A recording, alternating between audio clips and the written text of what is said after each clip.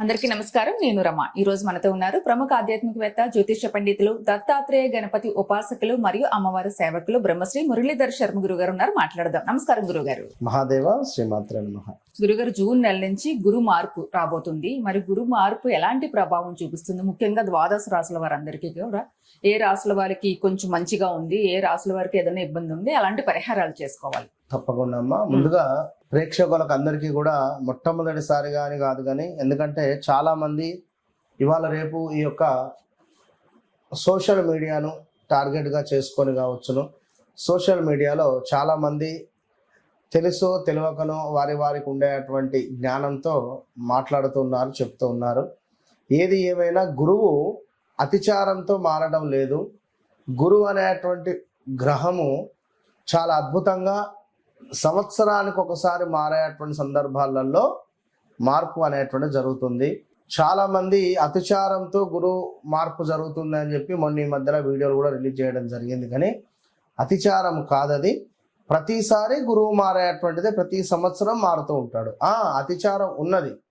ఎప్పుడు అతిచారం ఉన్నది మనకు అంటే సుమారుగా నవంబర్లో అతిచారం ఉన్నది.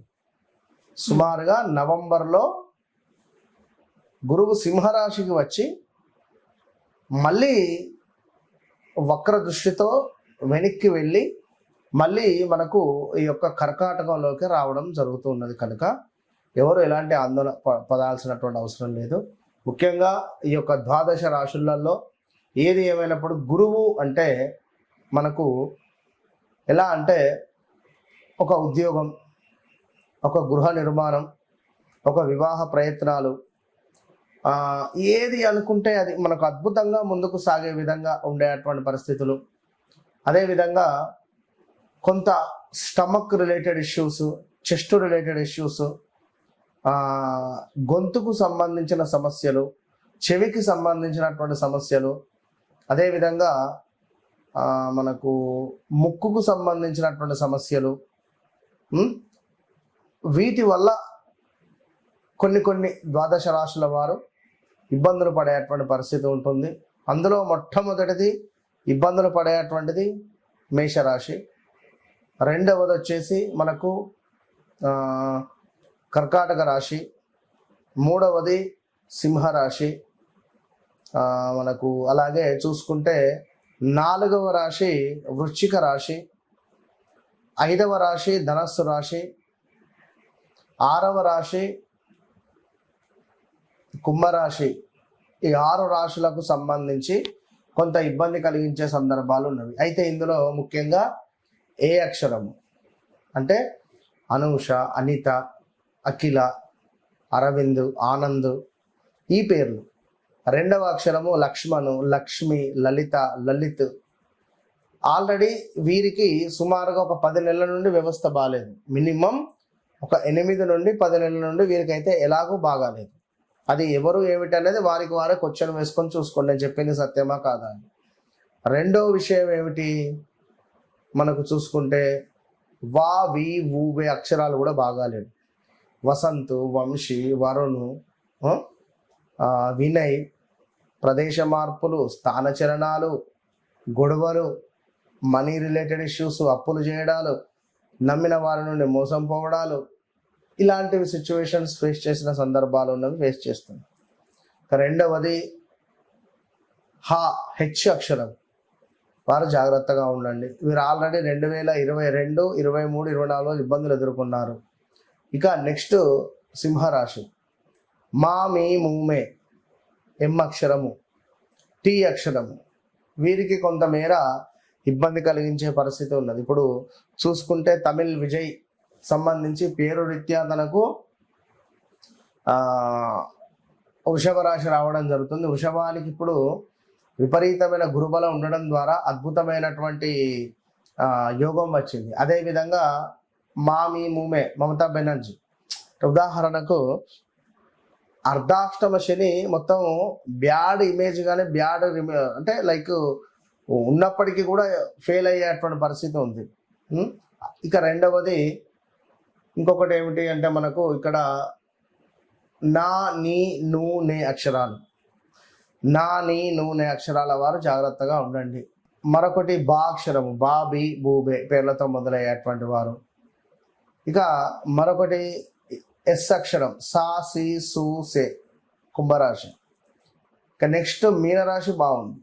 సో ఓవరాల్గా ఒక 6 రాశులకు బాగున్నవి, 6 రాశులకు బాగాలేవు. మరి బాగున్నవి బాగాలేవు ఏ రకంగా ఉండబోతున్నది అనేటువంటిది మనము పూర్తిగా క్షుణ్ణంగా తెలుసుకునేటువంటి ప్రయత్నం చేద్దాం. ఏదేమైనప్పటికీ కూడా వ్యక్తిగత జాతకం వేరు, గోచారం వేరు. గోచారంలో నడిచేటువంటి ఫలితాలు, వ్యక్తిగత జాతకరీత్యా నడిచేటువంటి దశ అంతర్దశలు మనకు ప్లస్ యోగాన్ని తెచ్చిపెట్టేటువంటి సందర్భం ఉన్నట్టయితే మనకు ఒక యోగం ఏర్పడుతుంది. ఒకవేళ గోచారము గ్రాచారం అనేటువంటి రెండు కళ్ళలాగా రెండు చూసుకోవాలి. ఫలానా రమేషు అంటే ఫలానా తులారాశి, మన జాతకరీత్యా నాది కుంభరాశి వస్తుందంటే రెండు చూడాలి. సో ఏది ఏమైనప్పటికీ కూడా మరి ఈ 12 రాశుల వారి గురించి తెలుసుకునే ప్రయత్నం చేద్దాం. గురుగారు, గురు మార్పు వల్ల కర్కాటక రాశి వారందరికీ ఏ విధంగా ఉండబోతుంది? తప్పకుండా అమ్మ.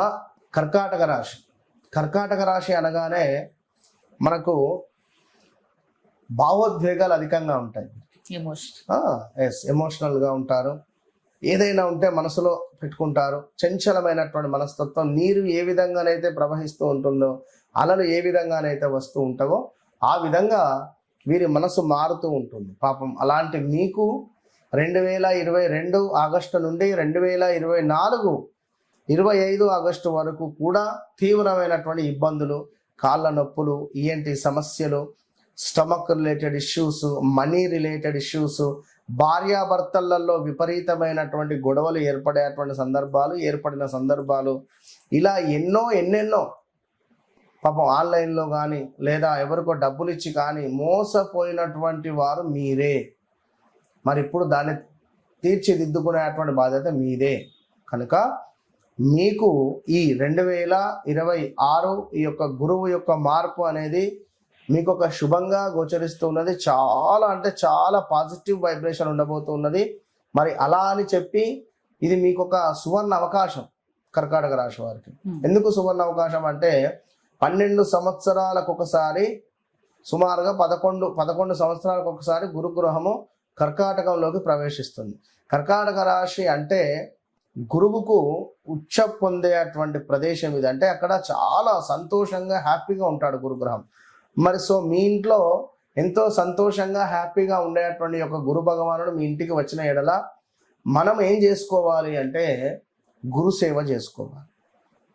సో దగ్గరలో ఉండేటువంటి గురువులకు ఈ 5 నెలలు మీకు తోచినటువంటి దానాలు, ధాన్యాలు, బియ్యము, పప్పు, కూరగాయ, చల్ల చెమరు కావచ్చును, బంగారం కావచ్చును అని చెప్తున్నాం. మీ శక్తి మేర వెండి కావచ్చును, వస్త్రాలు కావచ్చును, ధోతి కావచ్చును, ఇలాంటివి దాన ధర్మాలు చేసుకొని ఆ గురువు యొక్క అనుగ్రహాన్ని అధికంగా పొందడం ద్వారా మంచి ఫలితం ఉంటుంది. అదేవిధంగా వివాహ ప్రయత్నాలు ముందుకు వెళుతవి, విదేశీ ప్రయత్నాలు ముందుకు వెళుతవి. సంతానం కోసం ఎదురు చూస్తూ ఉండేటువంటి వారికి ఖచ్చితంగా రాసి పెట్టుకోండి. ఈ 5 నెలలలో కన్సీవ్ అయ్యేటువంటి యోగం ఉండబోతున్నది. గొడవలు అవుతున్నవి, భార్యాభర్తలకు సద్దుమణిగేటువంటి పరిస్థితులు కనబడుతూ ఉన్నవి. అదేవిధంగా లక్ష్మీ యోగము ఏర్పడేటువంటి పరిస్థితి ఉన్నది. సో 159 లగ్నాథ గురువు, పంచమ భావ దృష్టి, నవమ భావ దృష్టి, అదేవిధంగా గురువుకు సప్తమ భావ దృష్టి కూడా ఉంటుంది.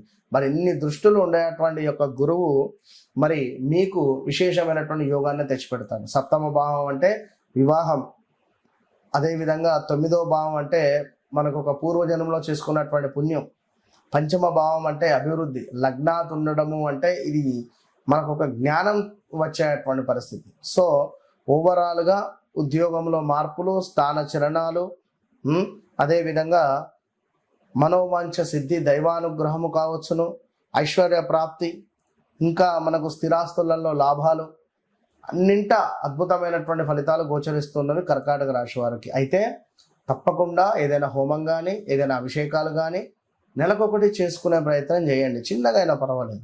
దీనివల్ల 11 సంవత్సరాలకు ఒకసారి వచ్చేటువంటి గురువు మీకు యోగాన్ని తెచ్చిపెట్టాలి అంటే సేవ చేసుకోండి. తిరుపతిలో సేవా టికెట్ బుక్ చేసుకొనన్నా వెళ్ళండి. ఏదైనా మీరు ఈ సమయంలో మీరు చేసేటువంటి సేవ 11 సంవత్సరాలు మిమ్మల్ని ఒక గజకేసరి యోగం ఏర్పడుతుంది. చాలా బాగుంది. అది గుర్తు. జాతకం అంటే ఇంకా అదిరిపోతుంది. ఇక వ్యక్తిగత జాతకాన్ని చెక్ చేసుకుంటే వ్యక్తిగత జాతకంలో కూడా మరి నడిచే దశ అంతర్దశలో బాగున్న ఎడల ఇంకా మంచి ఫలితాలు ఉంటాయి. వెనక్కి తిరిగి మరి అది అప్పుడు ఇటు గోచారము అటు గ్రహచారము ఇంకా ఎక్సలెంట్ ఫలితాలు మీకు ఉంటుంది. కనుక తప్పకుండా వ్యక్తిగత జాతకానికి సంప్రదించండి. అద్భుతమైనటువంటి ఫలితం మీ సొంతం. ఎందుకంటే చాలా మంది కాల్ చేస్తున్నారు, మాట్లాడుతున్నారు. సో నేను మీకోసం టైంను కేటాయిస్తూ ఉన్నాను. తప్పకుండా మీరు వినియోగించుకునే ప్రయత్నం చేయండి. ఓకే.